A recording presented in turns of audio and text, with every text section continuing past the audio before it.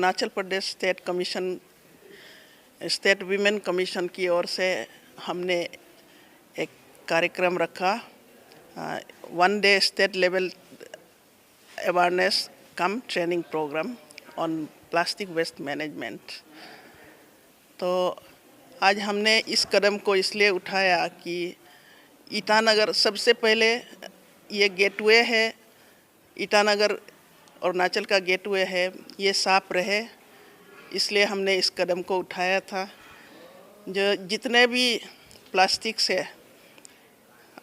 इसको साफ़ सुथरा करने में हमारा लोग समझे, तो इसका अवेयरनेस और ट्रेनिंग भी दिया और सर्टिफिकेट भी जितने भी पार्टिसिपेंट्स को सर्टिफिकेट दिया। आज दुनिया का सबसे बड़ा प्रॉब्लम है वो प्लास्टिक को लेके ही होता है। तो हमें जिस तरह से ट्रेन किया, we are not really trained, actually हमने खुद को ट्रेन किया है यूट्यूब देख के।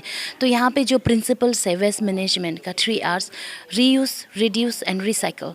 सबसे पहले I would like to talk about reduce. हमें जो हम प्लास्टिक को यूज़ करते हैं उसको रिड्यूस करना है। जैसे मैंने ऑलरेडी डेमो में दिखाया था कि किस तरह से एक छोटा चीज़ अपना घरों में शुरू कर सकता है, वो रिड्यूस, उसको यूज़ कम करके, तो वेस्ट इज जनरेटेड उसका यूज़ कम, एंड देन रीयूज़।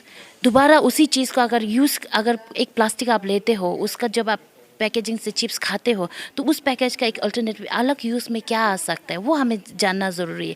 उसको रीयूज़ करिए, पर हमें ये भी जानना ज़रूरी है कि कौन कौन सा plastic, they are different kinds of plastic. तो किस तरह का प्लास्टिक है जिसे हम रीयूज़ कर सकते हैं और किस तरह का प्लास्टिक है जिसे हम रीयूज़ नहीं कर सकते, उतना नॉलेज होना पड़ेगा। And then comes recycling. तो जो दोनों ये प्रोडक्ट्स जब हम रीयूज़ और आपका जो रिड्यूस हो जाता है, उसके बाद जाके जो बचता है उसे हम रिसाइकल करते हैं।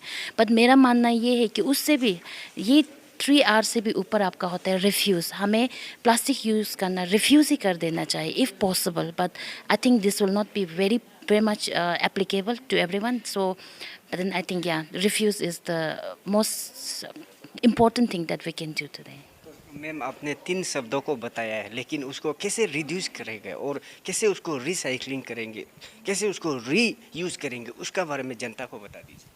किस प्रकार से करेंगे वो अभी अगर मैं पूरा इंटरनेशनल लेवल, नेशनल लेवल में इसे कैसे यूटिलाइज़ करना, ये मैं कभी नहीं बता सकूँगी, लेकिन विद माई लिटिल एक्सपीरियंस, क्योंकि हम एक ऐसा संस्था से आते हैं जहाँ पे हमने खुद इसको अपना लेवल में यूज़ किया है, मतलब इस फार्मूलाज को।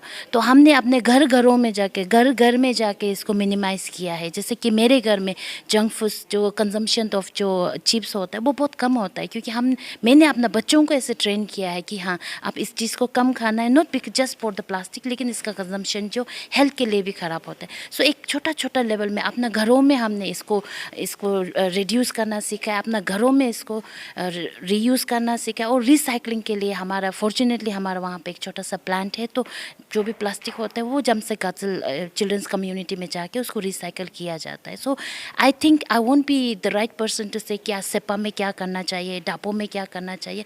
वो वहाँ का जो एडमिनिस्ट्रेशन है उनका साथ कोलैबोरेट करके इसके लिए लड़ना चाहिए, प्लास्टिक फ्री के लिए।